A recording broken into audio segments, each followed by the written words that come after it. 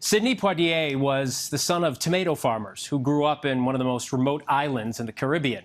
He would later become the first black actor to win an Academy Award for Best Actor. And tonight, as you would imagine, tributes are pouring in as we remember a legend.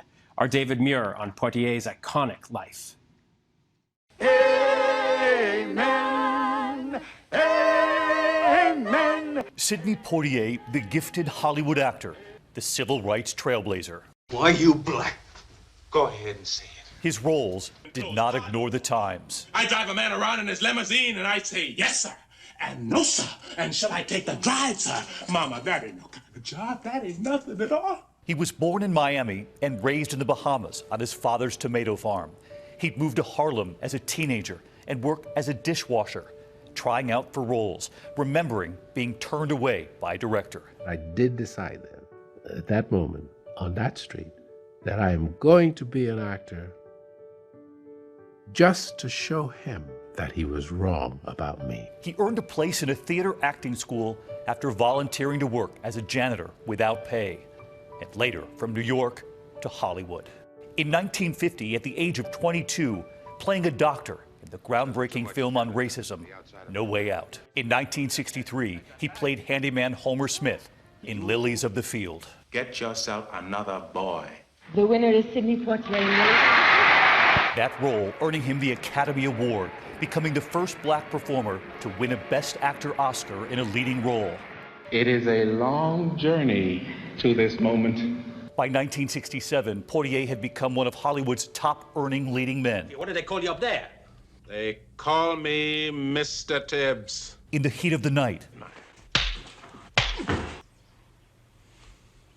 That same year, Mom, this is John. So pleased to meet you. in Guess Who's Coming to Dinner, part of an interracial couple pushing through boundaries. Well, we have this problem. I fell in love with your daughter. The conversation with his father. I'm your son. I love you. I always have, and I always will. But you think of yourself as a colored man. I think of myself as a man. In 2002, awarded an honorary Oscar for his life's work, Poitier thanked those in Hollywood who took a chance on him and who believed in a changing America. Those filmmakers persevered, speaking through their art to the best in all of us. America benefited from their effort.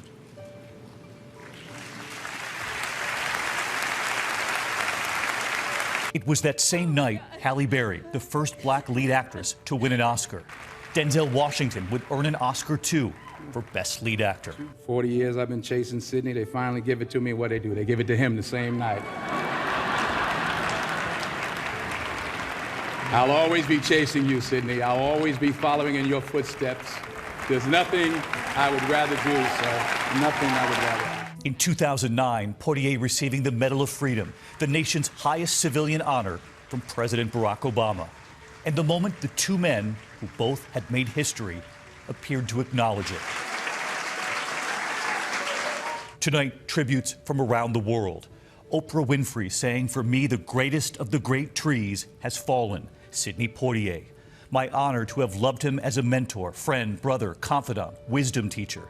Tonight, as the country celebrates a man who broke barriers with his quiet, steady way. On this sad moment, I got to tell you, growing up, my mom loved Sidney Poitier as he was a box office bonanza, a huge star, and she loved the Guess Who's Come to Dinner and all those movies, Lilies of the Field. Well, what is his legacy more broadly, though, not just in show business? He was a man who had a life that was full of activism. He was a man of the arts. He was a man who leaned into his black identity so that America and the world could see the fullness of black life, that black life could be intelligent and graceful and funny and gregarious and bold and intentional and emotional and sophisticated, all in the times and periods that he was making these movies where we saw blacks as one-dimensional. Sidney brought a three-dimensional look into what blackness could be. And also, too, he did that not just in his acting that he presented on the screen, but Terry, he was very intentional behind the scenes to make sure that the writing and that the character wasn't limited. He accepted the responsibility of that, of carrying the weight of his people with him, of the black community, for representation for the nation. And he made sure he worked with the studio producers and heads to ensure that the films and roles that he did gave black people range. And we see that today. I think every black actor in Hollywood stands on the shoulders of Sidney Poitier, because what we're seeing now is young Hollywood, even relatively seasoned veterans, really lean in to make sure that the characters have range that they're playing. But it all started, with Sidney Poitier. He was hesitant to take on the role of Porgy Bess because he wanted to make sure that blacks weren't seen as a caricature, and that blacks were seen as being multidimensional. And his concern to the studios was that he didn't want to do an injustice to his people, i.e. black people, where he would see and represent them in a wrong way that was a caricature. So that's how intentional he was with that. But when you talk about his look and his beauty, the times, Terry, we're getting into colorism, where at the time it was about more individuals of a lighter hue, right? And where the individuals of a lighter hue were giving more roles within Hollywood and had more ability to do more range outside the stereotypical maid, butler, service work. Normally, if you were a dark-hued or dark-skinned, those roles weren't readily available to you. So to see a man of a dark hue that had the ability to be a leading man in Hollywood was a revolutionary act unto itself that broke through the barriers of colorism that existed and unfortunately still exists in our society. But back then, it was even more prevalent than ever that he was able to break through within that one, because unfortunately in Hollywood, looks do matter. And oftentimes, Terry, you will see where they won't put the black who could be the lead for the film even on the poster. Sometimes they'll put them in more of a secondary position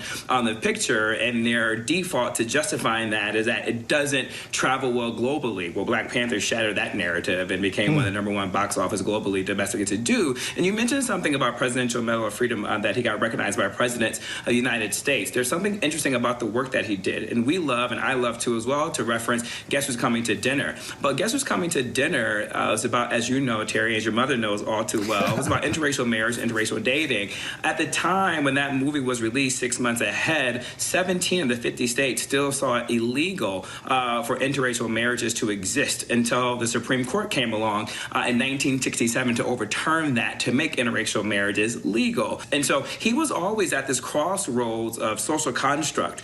He was also always at the crossroads to represent nuance and really sensitive social issues of our time and present them so elegantly on the film, to hold up a mirror for America to see and to witness. But he was willing to accept the responsibility to forge ahead a path so that this next generation of what we're seeing right now of young black Hollywood could come through and play a cross-section of roles in which we are not used to seeing in blacks. We literally now have black superheroes in a way that we've never seen before. We have black leads now of Star Trek, which was been almost unthinkable. Then we see leads now, black people being judges and being the leads of shows now. And so we're finally seeing the range of blackness, but that took the strength of a Sidney Poitier. It took for us to stand on the shoulders of him.